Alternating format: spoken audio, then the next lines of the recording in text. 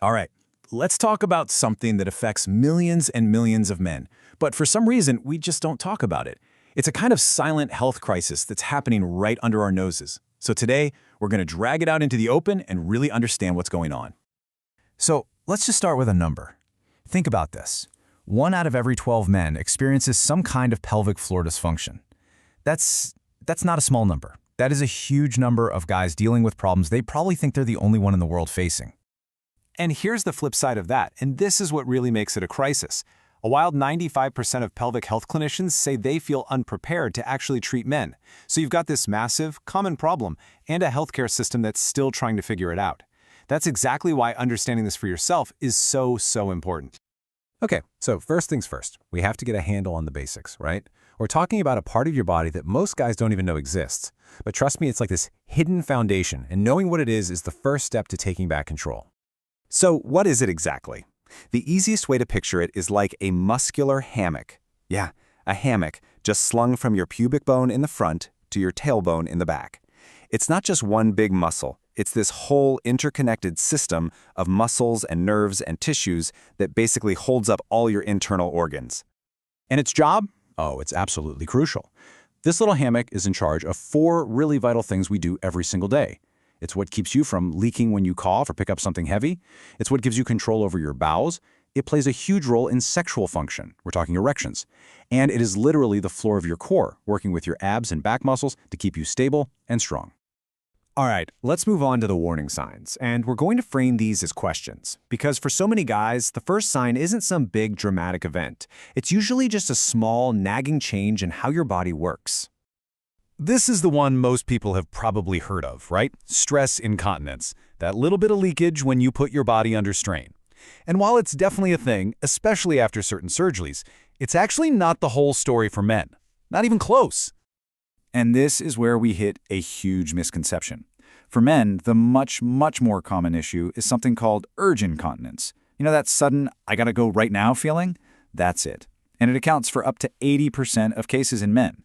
So what we think is the main problem is actually just a small piece of the puzzle.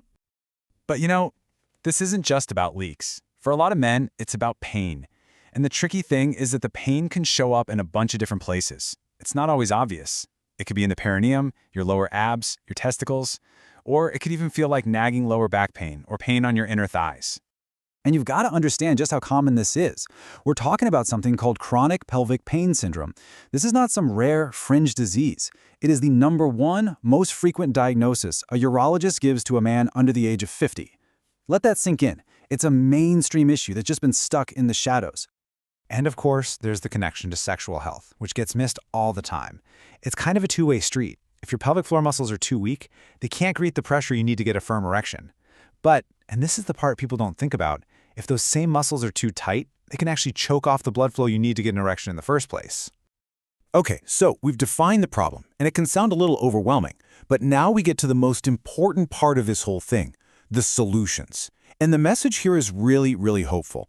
These conditions are not a life sentence. You are not broken. Just let this number sit with you for a second. With conservative treatments, we're not even talking about surgery here. 70 to 80% of men see a significant, meaningful improvement in their symptoms. The odds are just overwhelmingly in your favor if you get the right kind of help. So what is this right kind of help? Well, for the vast majority of guys, the absolute cornerstone of getting better is specialized pelvic floor physical therapy. This isn't just doing a few exercises you found online. It's a targeted medical treatment backed by real evidence. Now, the most famous exercise is the Kegel, but almost everyone does it wrong. So let's quickly do this right. First, you've got to find the muscles. Just imagine you're stopping the flow of urine midstream. Only do that once to find them, not as an exercise. Okay, got them? Now, gently tighten and lift those muscles for a few seconds.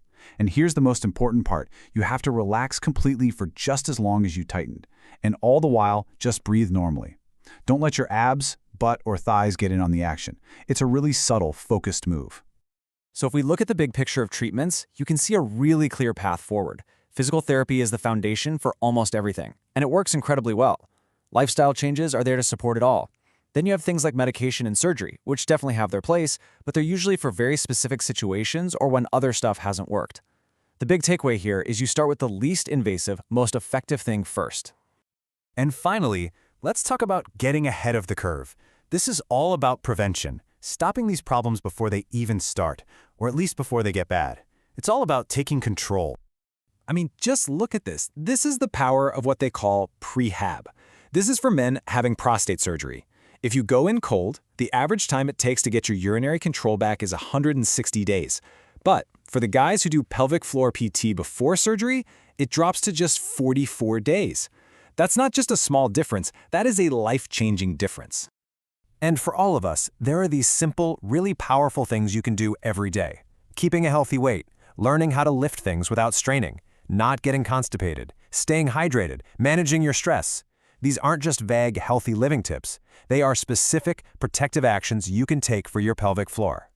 So here's the bottom line. Please, do not wait. The data is clear. The average man suffers in silence for more than 4 years before he even brings this up with the doctor. 4 years of avoiding things he loves, of being anxious, of just not living his life to the fullest. That delay is it's totally unnecessary. And if you need one final push, just listen to Chris. He's 33. He was symptom-free in just 7 weeks. And his message just says it all. I get that there's stigma, but you'll be so happy that you did it. He feels better now than he did for 2 years before he started. That's powerful. So we're going to end with this question for you. After all this, seeing the scale of the problem, but also seeing how solvable it is, what is one single step you can take today? Maybe it's just trying to find those muscles and do one correct Kegel. Maybe it's making a call to your doctor. Or maybe it's just sharing this with a friend who needs to hear it. Your path forward starts with that one small step.